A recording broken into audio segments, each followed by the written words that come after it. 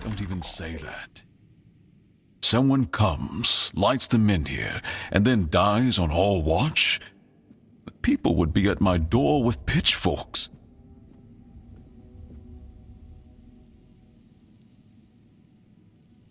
He's waking up. Welcome back to the land of the living, our hero. Help him up, Ansem.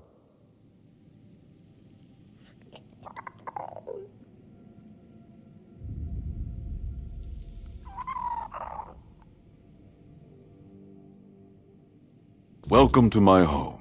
Quite a scene unfolded at the Menhir, with you at the heart of it. I can't decide if I'm more delighted or surprised. What was it that made the Menhir react to you?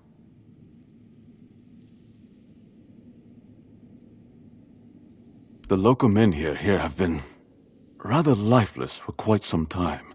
Then you come along, breathe life into what was dead, and, whether you meant to or not, alter the course of our history. That's how I see it anyway. Tell me, do you know what this Menhir represents?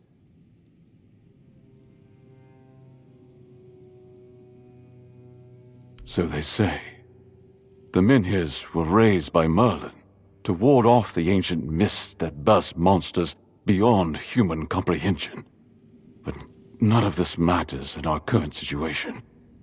Here, the Menhir represents something more. For some, it's a symbol of freedom and independence. Strength, if you will. It shows that the people of Connacht, my subjects, can face any challenge, even at the world's end. And for others, like our guest from Camelot, whom I'm sure you've seen, it's a symbol of power. Power once granted by King Arthur, and therefore by Camelot. And power that has been granted can be taken away. Officially, they say they want to gather all the Menhirs scattered across Avalon, set them around Camelot, and bring people there to ensure their safety. That is, if they can figure out how to restore the power of the Menhirs. I don't think we know each other well enough to speak on unofficial terms. I'm well aware. And now we're also facing an outbreak of the Red Death, which will no doubt influence Camelot's decision on whether to offer my people shelter. But with the Menhir reignited, the people of Connacht will be even less willing to give up and go to Camelot. If anything, I expect rebellion to break out. And bloodshed is something neither we nor the capital want. I don't know, to be honest. It's not something I could admit publicly, but I feel both sides have a point. I understand the people who don't want to abandon their homeland, and I understand the knights who must face a long-lost terror and find a solution to an impossible problem. Believe me, being a lord in times like these is a heavy burden. I want you to speak with Dinho and try to calm him down. He's the commander of Camelot's forces stationed in Connacht, and as you probably imagine, your presence here didn't exactly make his job easier. With the Menhir active again, everything could change. Calamity Shield, you say? An unusual request. That shield rests beneath the Menhir, and legend has it that it used to fuel its power for centuries. I don't mind if you look at it, touch it, whatever you need. Just don't take it. It's a treasured relic, and the people of Connacht are quite attached to it. And you're probably just as attached to your head, which you'll lose if we catch you trying to steal the shield. If you need anything, speak to Ansem. He's the one who decides what's worth my time. Ah, a new face. I am Anselm, Major Domo to Lord Yvain. Any business to be done in Connacht usually passes through my hands first. From managing the court's affairs to ensuring Connacht doesn't collapse under its own weight, it's my duty to keep things running smoothly. Not an easy task, given the times. And you? What brings you here? Wandering so close to the heart of Connacht's business. You don't strike me as the idle type. Life at court is a delicate dance. It's calm on the surface, but underneath, there's always tension. Managing affairs, settling disputes, keeping the wheels turning. It's not for the faint of heart. Lord Yvain means well, but he makes decisions slowly, too slowly sometimes. Not that I complain. It's a role I've accepted, and one I'll carry out for as long as I'm needed. It's a quiet kind of chaos, but one we must master, for the sake of Connacht and those who call it home. Challenging doesn't begin to describe it. The court is the heart of Connacht, and if it falters, the rest follows. That's a heavy weight to bear. But if I'm honest, it's the plague that keeps me awake at night. I've seen what it does, how it spreads, how it steals lives without mercy. I lost my family to it. The only reason I'm still here is because I was locked away at court while they were quarantined. Since then, protecting this place, keeping it safe, has been more than a duty. It's been everything. Until next time, let's hope you bring good news. Isn't this a sight? Gardens, the open sky, and a bit of quiet. Makes you think the world's not so bad after all. Neither did I, to tell the truth. One moment I'm by the sea listening to the waves. Next, poof, I'm here. Like the wind picked me up and set me down where it pleased. Aye, it's been happening for as long as I can remember. Thought it was some druid's prank when it started. One of their spells gone awry. I even asked a crow once if it had anything to do with it. Got no answer, of course. But if this is the way of things, who am I to complain? I get to see the stars from all sorts of places. And the best part? I never have to worry about where to go next. Not in the slightest. The world's a big, messy place, my friend. If the winds of fate decided to carry me themselves, who am I to argue? I'll make the most of it, wherever I land. And look at this. Landed me in a fine garden with fine company. Fate must think highly of me, eh? Not much, I'm afraid. But I've heard it's a lovely place. Good folk, strong traditions. They've got a treasure here, you know. A shield given to Palamedes of House Tarion by King Arthur himself. Quite the tale, that one. Someday I'd like to see it with my own eyes. Imagine the history in that. Something touched by the old king, still standing proud. Now that's worth a trip, wouldn't you say? Safe travels, child. May fate be on your side. Oi, you there, Sleeping Beauty. I saw them carrying you into Yvain's mansion. You feeling better now? Good. Would have been a shame if something happened to the one who lit up the menhir. No wonder they brought you straight here. Tell me, did you get to see our lord? Or just that snake of his, Anselm? Sorry, stranger. I meant no offense. Name's Morag. I'm the innkeeper around here, though, as you've probably seen, there's not much of an inn left to keep. Truth is, I was hoping that, with what happened at the menhir and all, you might have Lord Yvain's ear. And maybe you'd be kind enough to whisper a thing or two into it on my behalf? Because he doesn't bother listening to us common folk, even when our livelihoods are at stake. If we're lucky, we get to air our grievances to Anselm, but wait for the Lord's decision is always his answer. How long can we wait? We're not some lazy nobles. We don't just get to put our lives on hold. We've got to eat, damn it. And unlike him, we have to work for our meals. Camelot shut down my inn. Said it was because of the Red Death, but the Red Priests have been here for ages, and they never had a problem with my place. And last I checked, Yvain's still our lord. Not one of those Camelocians. What gives them the right to meddle in our business? I know. I was here when the outbreak hit. Lost some of my best patrons. But the Red Priests have it under control now. Every new case gets carted straight to the asylum, and we haven't had one in a good while. I tried talking to the Camelosians. They told me to piss off. Now Yvain's my only hope. I thank you, stranger. All I want is a straight answer. The least he could do is make Camelot pay me some kind of compensation. Damn bastards come in here acting like they own all of Connacht. I'll wait here for you. Welcome to my home, stranger. Whatever brings you here, know that the Langfords were always known for hospitality, even in times like these. Sit down. Have a drink with me.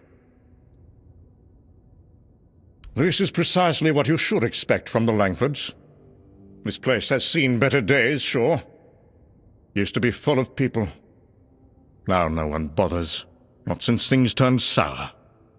But it's still mine. I was born here, and I'll die here. Let those damn Camelosians try and drag me out. That said, do you have anything we could drink? Finally! Someone with proper manners. Everyone else around here just takes and takes. I've nearly forgotten what kindness feels like. But never mind all that. Come, sit, feel at home. What's the word out there? Still cheering and selling cabbages while the world rots beneath their feet? They happened to themselves. Misfortune, betrayal, weakness.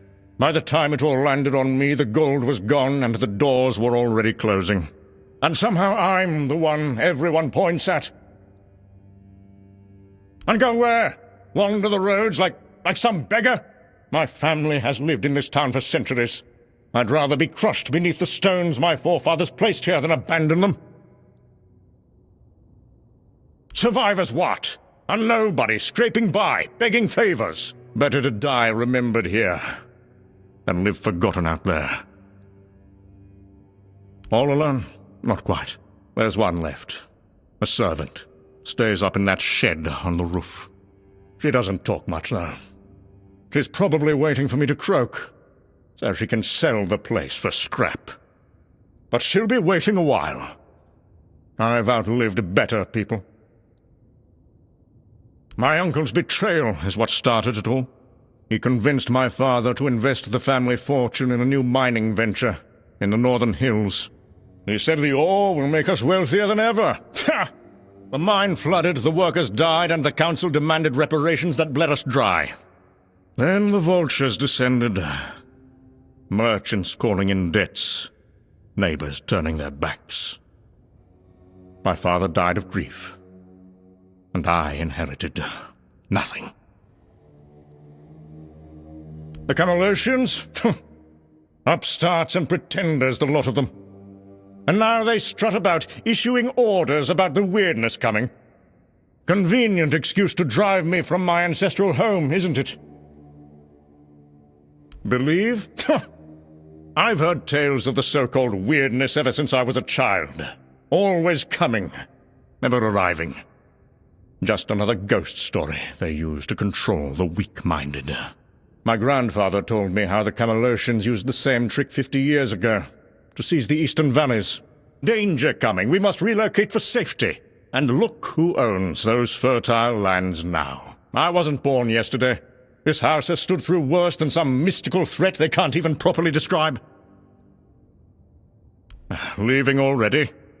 Well, I suppose that's to be expected. Everyone leaves in the end. Go on then. Back to your important business. But tell others what you saw here.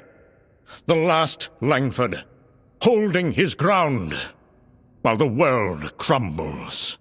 Ah, a visitor. Let me guess. You've been chatting with the last great Langford downstairs? I could hear his booming voice from up here. Always the same stories, the same complaints. Sell it? To whom?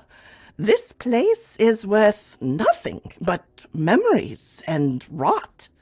And if I wanted him dead, I wouldn't have spent 30 years cooking his meals and washing his clothes. So, I've heard he told you about the betrayal, the mine, his poor father dying of grief. You want to know what really happened? There was a mine. That much is true. But it wasn't his uncle's idea to dig. It was his. The last great Langford heir, barely 20 and already gambling away the family fortune in Camelot taverns. The mine was his desperate attempt to recover his losses. He ignored all the warnings, water pockets, old miners who refused to work there. He hired desperate folk who didn't know any better.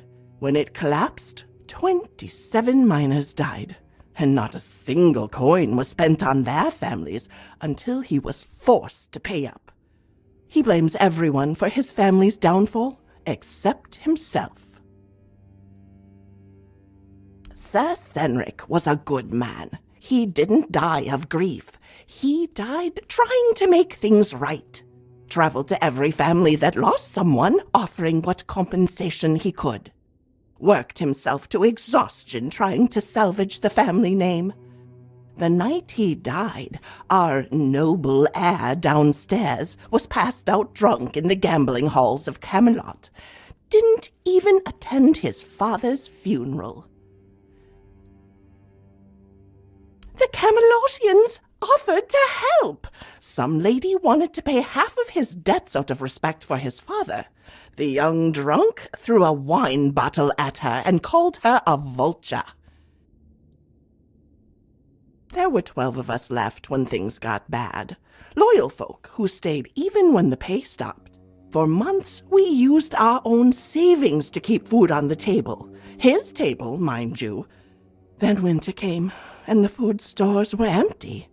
The old groundskeeper froze to death in his cottage because the Lord needed the firewood for himself. The others left one by one. Only I remained, foolish old woman that I am. Not for him, for the promises I made to his father. Watch over my son, Lord Senric asked me as he lay dying. He is lost, but perhaps one day he'll find his way. 30 years I've waited for that day. But now, with the weirdness coming, even promises must sometimes be broken. He knows it's real. That's the most pitiful part of his charade. Sometimes at night, I hear him at the east window, watching the mists with a spyglass, whimpering like a child. But to admit that it's real would mean admitting the Camelotians are right, and he'd rather die than do that. Last week, it took the old mill at the edge of town, turned it inside out. Stones became light as paper. Water flowed upward. Whatever you decide to do, don't linger too long. Some ends come whether we're ready or not. I've packed my things. Soon I will leave, with or without him. I fulfilled my promise for long enough. And why would I want to leave with him? I think I've carried this burden for long enough. That's the cruel truth of it, isn't it? 30 years I've kept him alive. And what thanks have I gotten? None. But you're right. He wouldn't last a week without someone to cook his meals and tend his fire. Even his self-pity needs an audience. I have no idea. The Menhirs were Merlin and Nimue's domain. I was mostly just relieved they worked. Although I've always felt an odd sense of familiarity with them. I think they reacted to the power we now wield. The Four-Dweller element within us. But why and how?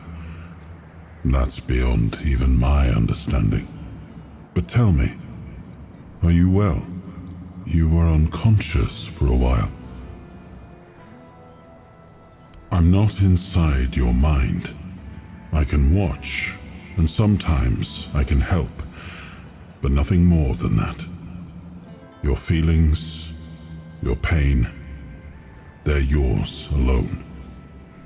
I cannot take them from you, nor shield you from them. Throughout my life, I've rarely been idle. This helplessness feels unsettling at times.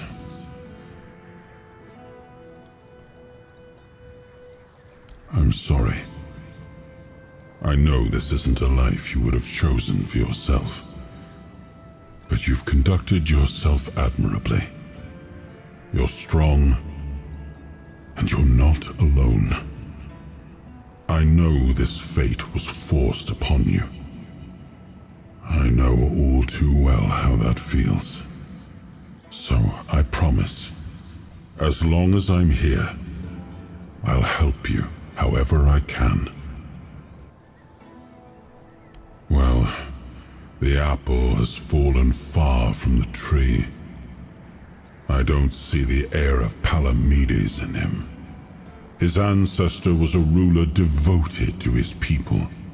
He was even capable of defying me when the situation called for it. I always respected him for that. And Yvain, I see a man trying to please everyone. That is the gravest sin a leader can commit. Decisions are never easy, but they must be made. I see that the current Lord is trying to delay that moment, and I fear it's his people who will suffer most because of his indecision. I know much time has passed. I just hope Palamedes' bloodline wasn't diluted by the carelessness of one of Yvain's foremothers. Back so soon? Found nothing worth stealing upstairs, I take it?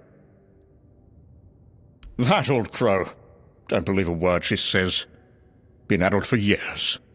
Probably told you I'm some kind of monster, did she? Always had a talent for dramatic tales. Not this nonsense again. The Langfords have weathered worse than some mysterious fog. This house has stood for generations, and it will stand for generations more.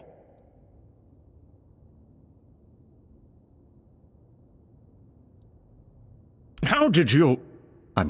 simple precautions, nothing more. And what would you know of leadership? The Langfords have held this land since before your grandparents were born. Retreating is for the weak. Oh, spare me your mystical nonsense. The Langfords have never put stock in superstition. Begging? How undignified. The Langfords respond to reason and respect, not to pitiful pleas. Your concern is noted but unwelcome. This is my home, and here I remain. Go, if you're so convinced of this danger. Join the other cowards. Do you need something? Are you in pain? I'll do all I can to help, but I need to warn you that our supplies are quite limited. Well, actually, the hospital is run by Camelot. I'm just an apprentice to Neonte, the priestess of the All-Mother here in Connacht. But the healer from Camelot is dead, and Neonte spends most of her time at Lord Yvain's manor. So, it seems I'm on my own. Camelot treats this place like a field hospital. To them, it's temporary, though I suppose that's their outlook on all of Connacht right now. The legate says Camelot simply can't spare anyone else. According to him, one priestess and her apprentice should suffice. And yet, his soldiers are the ones who are supposed to get priority, even if they only have a blister. I'm required to treat them before a local with a broken leg. Oh, she thinks I have everything well in hand, as if she doesn't notice it, all falling apart. I know I should feel flattered by her trust, but honestly, I'm just exhausted. I'm not even a priestess. The only training I've had is what she's given me. Ever since Lady May fell ill and died, Leonti's barely been here. She just sits by her grave. Truth be told, I'm a bit worried about her. Even when she does come by, she seems absent, and I don't even have the time to go check on her. It is. It really is. The hospital's barely holding on. Camelot pays us a pittance for treating their soldiers. And the villagers just pay with what they can. But I can't make medicine with eggs and chickens. And even if I could, I don't have the time. Some days, I dream that someone will swoop in and take it all off my hands. Ideally, it would be Niante. But I'm not sure I can count on her anymore.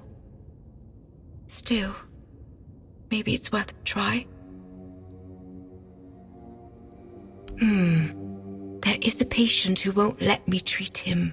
His name's Wilbur, and he's a difficult case. Most of what ails him is just old age. Some days he's clear-headed, but those are becoming fewer and farther between. Lately, he won't let me touch him. He yells at me, claiming I'm keeping him here by force, away from his family. He's even stopped eating and refuses to take his medicine. Honestly, I'm at my wit's end. I don't know how to help him anymore without scaring him even more. All of Connacht knows that I was marked by the weirdness. It's not as bad as people make it out to be, but some are superstitious. They believe I bring bad luck. When Leonti took me in, there were a lot of whispers, though it got better once I started working in the hospital. Weirdness or not, at least they have a healer. But I'm afraid that, in Wilbur's head, I've become some monstrous figure, keeping him prisoner. You can try, if you'd like. Maybe he'll trust you more than he trusts me. Just, please, be gentle with him. He's been through enough already. Have you come to offer aid, or do you stand among the wounded? If so, do not let fear grip your heart. Your time will come. Trust the will of the word, and you shall shine. I am but an empty vessel, yearning to be filled with the sacred joy of the word. Now I am perfectly blank and naked. Alone I lie in this cold place, silently watching, patiently waiting. But soon all shall be perfectly splendid. I have been marked, a gift given to me so that I may pass it on. Tell me, do you wish to become a hollow shell? An obedient corpse, able to hear the voice of the one who guides us to the final act. It is your intimate moment beside the prophet. You will hear the beating of her heart, feel her healing grace, and then you will find peace in the word. At last we shall rest, sister. We will finally rejoice. It is a path, one you will walk, guided by the one who bestowed upon me the grace of hollowness. I have received my task, to wait and pass the gift along. It will take but a moment. You will feel no pain. Now, go to the place where I first set foot on this path. There, you will find the one who shall become your shepherd. Soon, you will be reborn. Show the horse! Clink, clink, clink! Move out! One foot in front of the other! Ding, ding! Carries the sound! Carries through the stones! Through the bones! Creak, creak, creak! The bones of the crones! Creak, creak! Crunch, crunch! Oh, the wolf eats the spoils, eats the cows, eats the heads, tears to shreds. Eat the thigh! Hear the cry! You're helping that jailer with the weird face, are you? Might as well throw me in the stocks then. I ain't going down peaceful, that's for sure. I want to go to my family.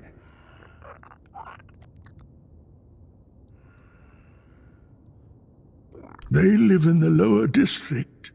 I'll go to them, but that cursed wench won't let me leave.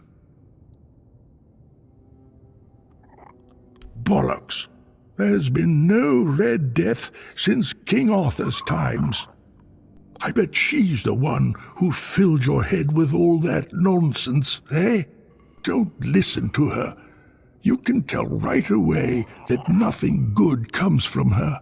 Good folk don't end up twisted like she is. Ah, a visitor. I'm Ebert Talbot, at your service. Pardon the mess, we're packing. The weirdness is drawing near, and I intend to have my family in Borough by week's end. Wait, you must be the stranger everyone's talking about. The one who made the Menhir glow brighter. Just perfect. My wife already refuses to leave, and now your arrival will only fuel her delusions. Family legacy, ancestral home, take your pick. Her family has held this estate for generations. My wife can't see reason. She believes Lord Yvain will find a solution. Ha! That man can't decide what to eat for breakfast without a committee. They're our best hope. And if they take the Menhirs from all across the land and dump them all in Camelot, well, one final sanctuary is better than scattered outposts falling one by one. Will it be crowded? Yes. But I'd rather my family live in discomfort than die in luxury. They know what they're doing. I trust them more than this dying town, and definitely more than our Yvain. A weak man bearing a great name. His ancestors were a great house. Legends say Palamedes stood firm against Arthur himself. Yvain can barely stand against a stiff breeze. Multiple times, I've attended every meeting, presented rational arguments, offered to fund transportation for those who cannot afford it. Yvain listens politely, then does absolutely nothing. The sensible ones have, and now only the stubborn remain. That includes my wife, of course. We should be ready to depart at a moment's notice, yet my wife still refuses to pack a single dress. I won't leave her behind, but I cannot stay and watch the weirdness take everything I love. Short of the weirdness retreating, no, I don't think so. Then I face an impossible choice. Leave my wife to die, or stay and perish alongside her. I love Vesa with every fiber of my being. I cannot imagine life without her. Perhaps in the final hour, faced with the encroaching fog, she will change her mind. You would do that? I'd be most grateful. Vesa respects new voices than my endless nagging. If you could convince her, I would owe you a considerable debt. Welcome. I am Vesa Meredith Talbot. Please ignore the crates. My husband's doing. He insists on preparing for an evacuation I won't join. 4 generations of my family have lived here. The wordness may take it from me, but I will not abandon it willingly. Each generation of my family faced a crisis, and each endured. What message does it send if I'm the first to abandon our legacy? Eadbert has always been cautious, but there are times when caution becomes cowardice. The Menhir still stands. Lord Yvain still searches for solutions. And I've heard that the Menhir responded to you. If such miracles are possible, why surrender before the battle is truly lost? I believe nothing is certain until it occurs. Hope remains while the Menhir stands. Lord Yvain carries a heavy burden, and he's looking for balance. He's searching for a solution that preserves both our people and heritage. His heart is true. Well, at least that's what I chose to believe. Action without wisdom is merely motion, and what's the point in that? I know, that's what makes this difficult. He trusts what he can see and touch. Gold, contracts. He struggles to believe in possibilities beyond immediate danger. I love him for his caution, but some crises demand we stand firm. Compromise how? Leave my ancestral home to be consumed? Watch Camelot tear our Menhir from the earth? I've packed essentials should the worst come, but I cannot pretend to accept what I believe is wrong. Gods, when you put it so bluntly, the hollow look in his eyes. It isn't mere caution. It's terror eating him alive. I love this house, but I do love Eadbert more. But the Menhir reacted to you. And you're an outsider. You must have seen the wordness yourself. Tell me, truly, what would you recommend? Should we stay and fight for our heritage, or flee like Eadbert wants to? I never considered it that way. My great-grandmother survived plagues and raids so that I could live, not so I could die defending her walls. You're right. Our family line is the true treasure, not this house. I'll tell Eadbert I'm ready to leave. Did you speak with Vesa? Has she finally seen reason? Truly, you've done it? I don't know what to say. You've accomplished in one conversation what I couldn't in a month. How did you manage it? No, it doesn't matter. What matters is that we'll be together, safe in Borough. What miracle did you work to change her mind? Yes, you're right. This is between us now. Whatever you said clearly worked, but the path forward must be walked together. No more talking through intermediaries. Thank you for giving us this chance. I won't waste it. I promised you a debt, and I intend to honor it. The Talbot family doesn't forget those who help us in our hour of need. Here, this key will open a crate we won't be taking with us. How can I help? Oh no. Are you one of those people obsessed with my son? I'm sorry, but we don't accept visitors. Goodbye. I'm sorry, but I don't share any information about Arden. I'd appreciate it if you left him alone. Dangerous? Those almanacs he writes about armor? Are we talking about the same books?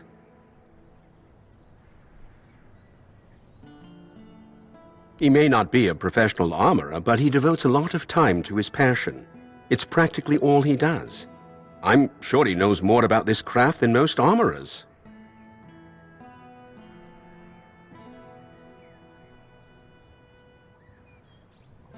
Now that you say it, I suppose I should have known. When those merchants from Timberwall came asking for more of Arden's work, I should have realized something was off. They weren't just interested in making a few copies. Oh, Mother, help me. I let it happen. I just wanted him to feel, I don't know, recognized. I never stopped to think how serious it might all become, that someone would actually try to make armor based on his advice. I should have thought of it then, should have seen the risk, but no, I just thought it'd be a little bit of coin, a bit of pride for Arden. Now look at the mess I've caused. Go inside. Speak with my son if you want. I'd be grateful if you could try to explain this to him. My father let you in? He never lets anyone through. I don't get visitors. Ever. You must be important. What could you possibly want with me? That doesn't make any sense to me. I just write about armor smithing. I mean, I know my books are out there, but they're not special. They're just descriptions, really. I don't see why anyone would care that much. That's surprising. It's not like I'm telling tales of great heroes or battles. I just write what I see, what I think about the craft. I don't understand why people would admire me for that. I'm not even a real armorer. It's not like I'm some master craftsman people should look up to. I thought I was making it clear how beautiful the process is. It's just how the words come out when I write. I didn't think it mattered all that much, as long as the ideas were clear. The Knights of the Round Table. I used to read all about their adventures, and I'd always get stuck on the parts when they described armor. What type of steel was it? What kind of joints did it use? How did it move with the body? I needed to know how all the pieces fit together. Knights are impressive, yes, but what really caught my interest was how their armor worked. It's not just about charging into battle like people think. There's a logic to it. A system. I suppose the stories of adventure and heroism are part of it too. But armor. A knight can't fight if his armor doesn't fit exactly right. And there's something satisfying about that kind of precision. Dangerous? How could writing about armorsmithing be dangerous? I don't understand. I'm not telling anyone to go into battle with the things I make. I'm just documenting the process, the way I see it, the way I learn. It's no different than a chronicler writing about wars or knights. Their words don't cause harm. My books, they're meant to show how beautiful armorsmithing is. I love the craft, the intricacies, the details. Why should that be dangerous?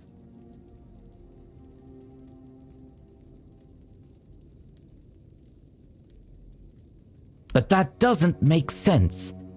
Why would they trust me more than actual armorers? I'm just someone who loves writing about the craft. Why would anyone take my words over the words of someone who's been working metal their whole life? I thought they'd see it for what it is. Just the way I understand things. It's not meant to replace real experience. I'm perplexed. How could anyone think that?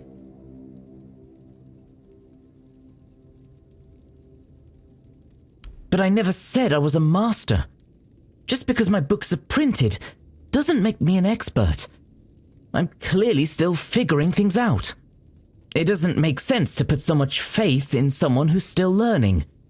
They should know better. I hear what you say, but it doesn't seem fair.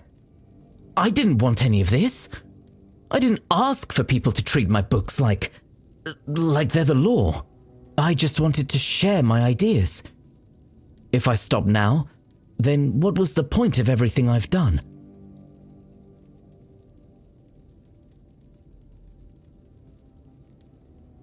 Osbricht. Yes, I've heard of him. He's the one who developed the unique folding technique for battle hammers, right? His work is incredible. I've never thought about writing to him, though. I don't usually reach out to people. They tend to misunderstand me. And what if he doesn't reply? Or what if my ideas seem foolish to him? What if I say something wrong? Wait, you actually know Osbricht? You're friends with him? I didn't think... I mean, he's a legend. I've been studying his techniques for years, but the thought of actually getting to speak with him? I didn't think that was even possible. If you can get my letter to him, I could finally ask him about his folding methods, his process, everything. This is...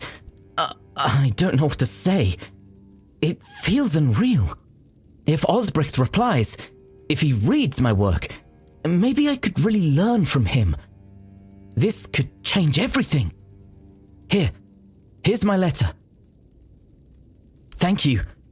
If Osbricht responds, I'll let you know what he says. And, if you ever want to talk about armor or anything, I'll be here. I'm always here. So, did you find what you were looking for? He sure is. As skilled as any four-dweller, ambitious as a knight of the Round Table. Only shame is, he can't seem to leave that cursed basement. You can see for yourself, he doesn't handle, well, people too easily. Sometimes I wondered if I did something wrong. The boy never looks anyone in the eye. He only lives for those armors of his, and he'd eat nothing but that cursed fish soup if he could. But his mother, may the All-Mother shine upon her soul, she always said that's what makes him unique, and that it's our duty to love him as he is. So I love him, and I support him with all my heart, but I'd rather not think about what'll happen to him once I'm gone. Arden, in the service of the Horns of the South? I can't see it. Although, if they'd let him have a forge and a mentor without making him fight or bond with others, who knows? That's something to think about. Thank you for caring this much. Please, don't return here, and don't tell anyone where Arden Shadowblade lives, for his safety and mine. Hello there. Looking for solid, affordable gear? You've come to the right place. Ah, but where are my manners? I'm Alwyn, and you, my dear stranger, look like you're in dire need of a resupply. Well, the men here doesn't seem to be on the verge of dying anymore, and with the Camelocians around, business is booming. The longer they stick around with nothing to spend their coin on but our stalls, the better for us. It's a bit of a shame I'll have to delay visiting my brother at the Horns of the South, but he'll understand. He always says he can't leave his stall for even a single day. Elixirs, powders, ointments, got something for wounds, poisons, something to keep you on your feet through the night and help you survive the cold. And all of it made by my own hands, with science. No tricks, no vile spells. Yes, all magic is a scam, an illusion that pretends to give you something but always takes more in return. My elixirs work because they're based on knowledge and experience, not some fickle power from another world. Anyway, go ahead and read my anti-magic manifesto. I've laid it all out, why the magical plague must be wiped from Avalon. Oh, forgive the mess. I didn't really have much choice about where to set up my things. Normally I'd be in a tavern, but, well, it looks like the tavern is closed until further notice. That means Varel's bookshop is the only place where I can read and work in peace. Oh, of course, my apologies. I'm Imran. My thoughts tend to drift far from the present. I'm a scholar of sorts, though not the kind that hides behind walls of parchment. My calling is to seek out traces of what was lost, ruins, relics, anything older than old. And yes, I'm a Pict. Not many of us wander these lands, I know. Staying in one place isn't exactly in my nature, so I travel, I learn, I dig through the bones of the world hoping to find something more ancient than mankind.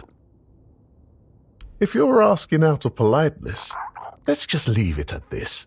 I thank you for your interest, but I won't give an answer. Trust me. I could talk the hind leg off a donkey. No need to waste time on such things. Wow! That's really kind of you. So, thanks to Varel's generosity, I managed to get my hands on a certain book. Well, once a book. Now it's just a pile of loose pages. However, these are some truly fascinating loose pages. They're the writings of a Dalariata scribe from nearly 6 centuries ago. Incredible, right? But what's even more astonishing is the content. This man describes encounters with people who knew nothing of King Arthur or the homelands. Nothing at all. Do you understand what that suggests? Ah, I'll tell you. It's so exciting. I suspect Avalon may have already been inhabited by a race similar to us, long before our arrival. I've traveled across much of the island, and I've come across some mentions of the people of Farpoint, a place far in the northernmost reaches of Avalon. Few have ever ventured there. Perhaps the weirdness started to gather and ruin their crops, or made hunting more dangerous. Or maybe it was some sort of conflict that forced them to seek a new place on the island. Or perhaps they simply had a nomadic spirit. It's hard to say with the scraps of information I've managed to gather so far. And so, my friend, here we are, staring down the question, or rather the flood of questions that wouldn't leave me alone. Many Picts I've known have prolonged contact with the weirdness. I thought it was just them, a bunch of lunatics, who first dared to embrace that strange force. And what if it was the first men who knew how to live alongside the weirdness? And think about it. If we could uncover how they did it, the possibilities would be endless. It could change everything. For now, I'm trying to pull together more valuable information from these writings. But honestly, I feel like I'm hitting a wall. I won't uncover anything new just sitting here. And unfortunately, I'm stuck here for the time being. I got injured on my way to Connacht, and I'm not quite back to my full strength yet. Oh, don't worry about that, really. It's more of a, let's call it an occupational hazard rather than an actual ailment. I have to give myself some time and everything will settle back into place. I'll be as fit as a fiddle, or whatever it is you say here. Yes, something like that. The Grotto of First Men. That tribal scribe detailed where it should be located. And I'm assuming you're asking for a reason, aren't you?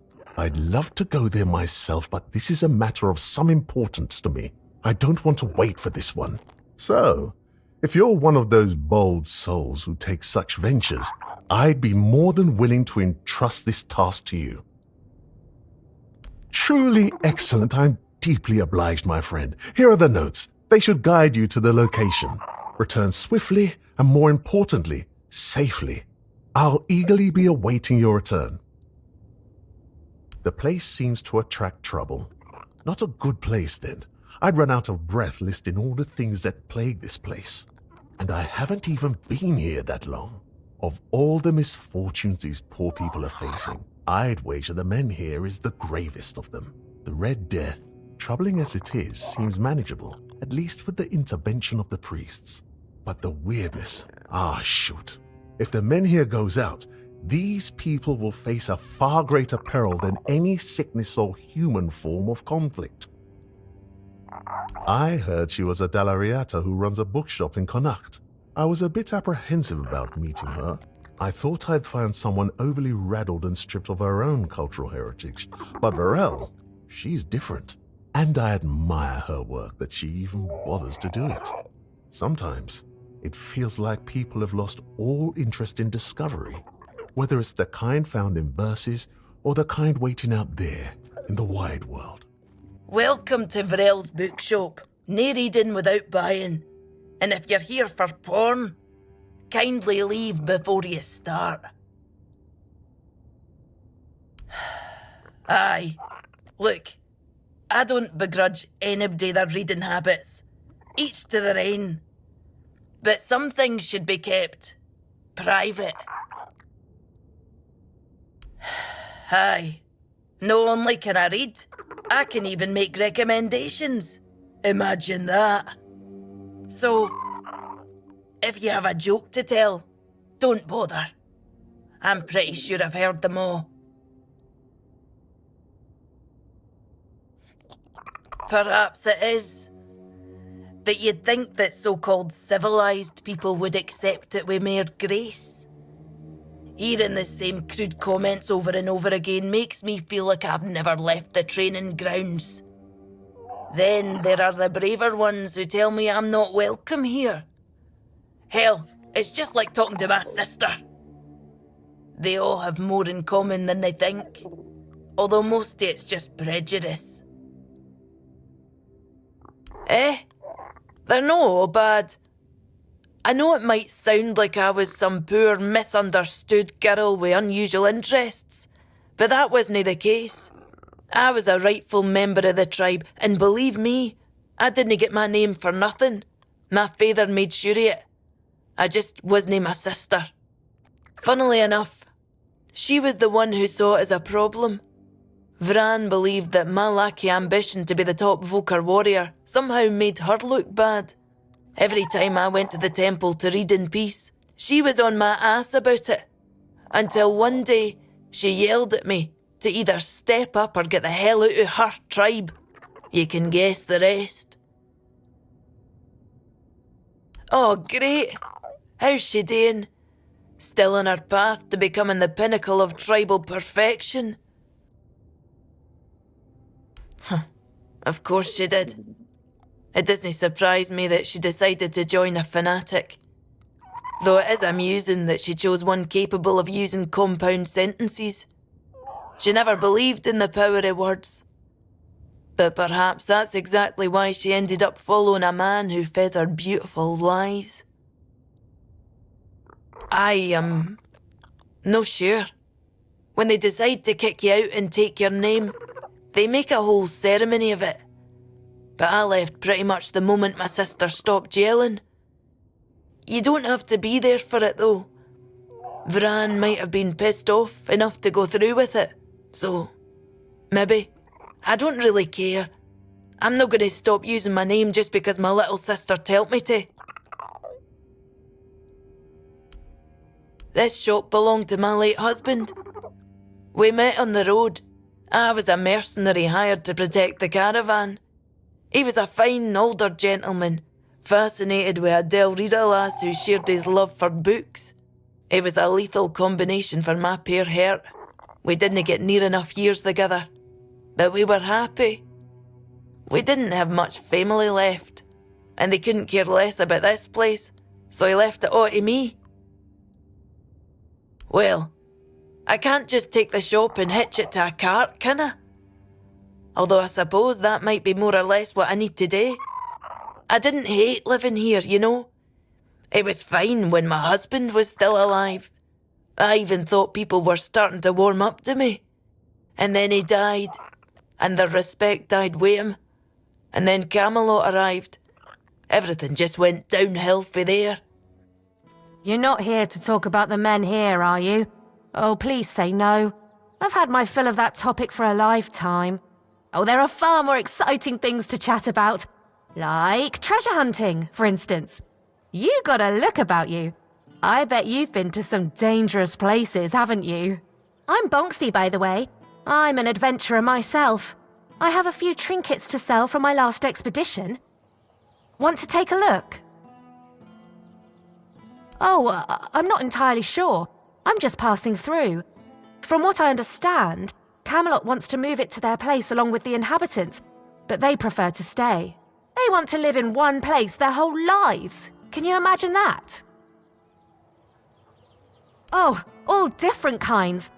Like the ones where you crawl through damp caves or cold tombs, dodge traps, and hope whatever's growling in the dark isn't hungry.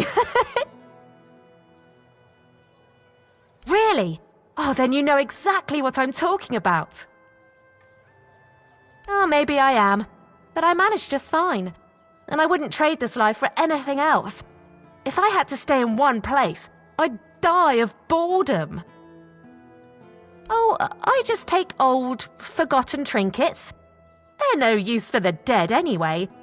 It's not robbery if nobody's around to miss them. Think of it as giving treasures a second chance to shine. A trip to the caves by the bay in the south. The bandits set up a camp there, so I decided to go after their loot. After all, stealing from a thief isn't a crime, right? They were drunk, so I thought I could sneak in and grab the treasure without any trouble. But I guess I underestimated them. They caught on and started chasing me. 4 or 5 of them, I think. I made it to the exit, and then there was a giant ogre on the beach. I barely managed to slip past it, and the bandits backed off. You bet. Well, crazy stories like that keep happening to me all the time. I usually barely manage to escape with my life. And I owe all my luck to my magical hairpin. I picked it up from a delightful wandering merchant who goes by the name Malachi. He said the hairpin was blessed by the Lady of the Lake herself. Really? But he seems so nice. So that means my hairpin isn't magical. Well, my mum always said that if you believe in something strongly enough, it will surely come true. My hairpin is magical, and I'm sticking to that. Slowly but surely. In Connacht, fewer people than I expected are looking for artifacts, potion ingredients, or adventuring gear, so I'm counting on travellers. Like you. You must be interested in unique enchanted items, right? Oh, of course you are. I've got something, well, peculiar, but it comes with a fascinating story. It's a piece of armour I found on one of my expeditions. A beautiful, knightly breastplate with just one tiny flaw. It screams in pain when it's struck. It's kind of funny, but I'm afraid not many people have the sense of humour to wear it. I'll let it go for a mere 200 coins. Wonderful, here it is. Oh, one more thing. This armour came with a letter. I found both in the ancestral tomb of the Gévaudan family. Oh, I'm a little jealous, to be honest. This sounds like the beginning of an exciting adventure. I chased the trail myself, but first, I need to sell off my find so I can travel light. With a full coin purse, of course. Welcome! I haven't seen you around before, but since you decided to visit, I can tell that you have excellent taste. One day, a friend of mine asked me if her new dress looked good, and I told her, "You have excellent taste." She was tickled pink and said, "Oh, do you really think so?" And I said, "Absolutely. After all, you came to me for advice." Now, let's get down to business. My name is Osmond. If you're in need of a bow or some arrows, I'm here to explain everything and offer you some advice. Now, good advice is always handy, especially when it comes from someone experienced. And believe me, when it comes to archery, I'm not just an expert, I'm beyond that. In fact, I'd be surprised if you found anyone on Avalon who knows more about it than I do. Well, find me someone else who's been doing this for over 40 years. Every aspect of it. Back in '84, I was chosen to represent Connacht in the team archery tournament. And I wasn't even a lick over 18 back then. During one round, we were shooting at targets 100 meters away. The target was the size of a small apple and the wind was blowing from the left. So, I took aim and wham! Right in the middle. Even the captain of the Camelot team jumped up and asked, "Have you got any more like this one? Maybe the boy would rather shoot for us." If you were older, you surely would have heard of me. I could have been the first of Avalon's archers. They almost knighted me. But as it happened, I joined the watch, got married, and, well, that was that. Hey, if only I'd had the common sense back then that I have now. About Connacht, what do you want to know? There's not much to say. They told us the Menhir's gone out, and now they want to move us along with it, but the way they're handling it, they've been here for weeks. If I were in charge of the Camelot troops, we'd have been done in 3 days. He's a good man, but that woman of his, oh, mother preserve me. She once set herself on fire along with half the mansion. Yvain nearly lost his life trying to save her. Honestly, I'd have just let her burn. She wants to go up in smoke, be my guest. It's a shame about the mansion, though. I was born here, and I've been shooting a bow ever since I was a wee lad. Even as a nipper, I had better aim than boys 5 years older than me. Around 81 or 82, I remember being allowed to practice with the adults, even though I was only 14 or so. One time, our master, we called him Uncle, gathered us in a meadow. He said, "Lads, we're going to have a contest. Whoever shoots the farthest gets a honeyed apple and a beer from me." They were shooting and shooting, but I just took one glance, aimed, and whoosh. My arrow flew half again as far as their farthest shot. 300 meters, easily. So they turned to me and went, "Come on, Osmond, we can't compete with you. You always win." Osmond, you always win. That's what they said. I could have joined Camelot's army. With my aim, they would have made me one of the royal archers. But leaving was tough, especially since the girls here love to watch me shoot. They'd squeal with delight every time. And in Camelot, during a war, who knows what might have happened, so I decided to stay in Connacht and join the Watch. In the Watch, I taught others to shoot. Some of them loved those lessons so much they kept practicing even after sunset. So I'd ask them, What are you doing here? You can't even see the target. And they'd reply, oh, but the lessons with you are just too short, and we're really excited about archery. I kept participating in tournaments. People often bet against me, claiming I couldn't hit a bird in flight or a birch as thin as 2 fingers. I usually came out on top, earning a decent amount of money. But somehow it all just vanished over time. Then I quit the watch and began trading in top quality bows and arrows. That's all there is to know about me. Oh, and I have an adult daughter, but I'm not sure if she's still around. She left Connacht and we lost touch. Gossip is for women and innkeepers. You should see Morag for that. She's both. She's a good one. About 3 years ago, I helped her fix her roof because her husband had died, and there was no one else to do it. She still mentions it. Osmond, you fixed that roof better than any roofer could. She tells me that every time she sees me. As it happens, there's something you can do for me. I've written a letter to Lord Yvain, a few suggestions on how, in my view, he ought to handle this whole business with Camelot. Figured he could use a bit of advice from someone with strategic sense, a head for negotiation, and a touch of military experience. Would you take it to him? You've got younger legs, and I'd rather not leave my stall unattended. I'll give you a few coins for your trouble. Brilliant! Here you go, just don't lose it. I've only got the one copy, and I've no mind to write it all out again. You see all these people? Men hear this, men hear that. The weirdness is coming. The Red Death is raging. Camelot will eat your children. They scream and run around like headless chickens. But in the end, they all kick the bucket just the same. Am I wrong? Oh, but you can. You can and you should. What is there to be afraid of, eh? That the weirdness will come? Well, it will come, and you won't be slamming the door in its face.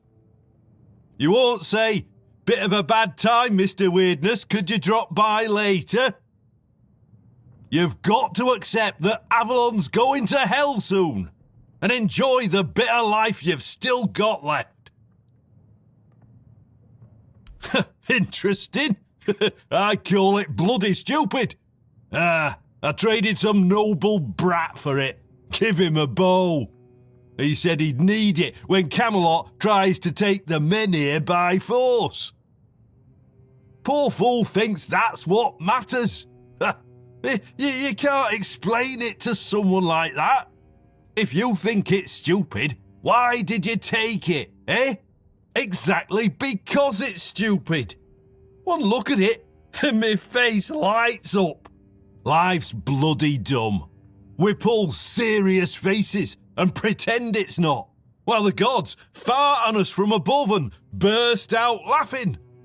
So I figured I'd just join in. Before I took up smoking full time, I was Yvain's huntsman. Oh, don't look at me like that, it's true. Hunted game every day. Now and then I organised proper ceremonies for the Lord and his court.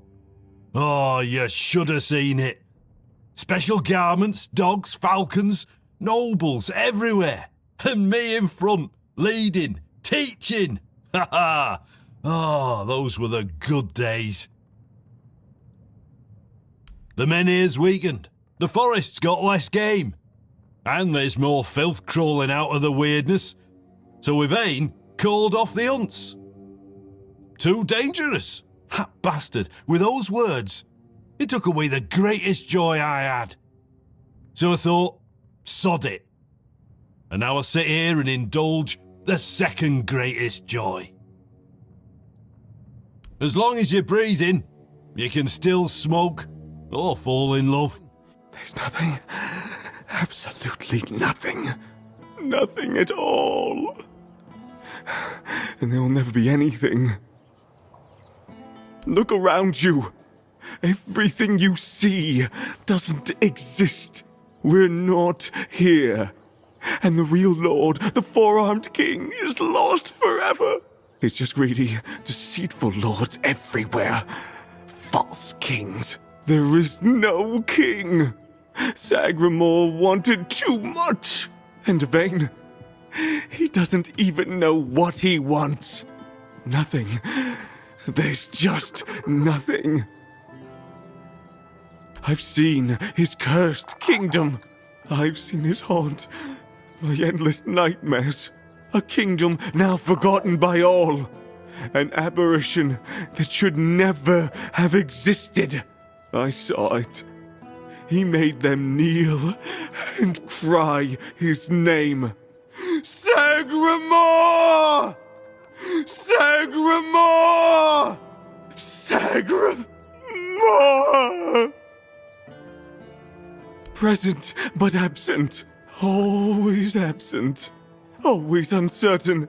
Kunark is doomed, as is Yvain's entire bloodline. Gold. Ah, yes. Gold. The true nothingness.